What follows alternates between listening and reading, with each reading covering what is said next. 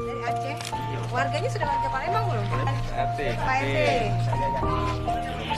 Ibu Rosnaini, warga Palembang asal Aceh yang sekitar 20 tahun lalu datang sendirian ke Palembang, yang saat ini mengalami sakit. Ibu Wakil Wali Kota Palembang Fitriyanti Agustinda berkesempatan hadir mengunjungi beliau yang tinggal di Lorong Perikanan 3 Kecamatan Kemuning.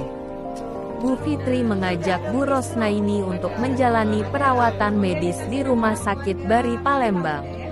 Mau berobat dah Bu, kalau mau kita bawa ke rumah sakit. Dan kalau seandainya mau Bu ya, ada tempat panti jompo. Iya benar. Iya Bu.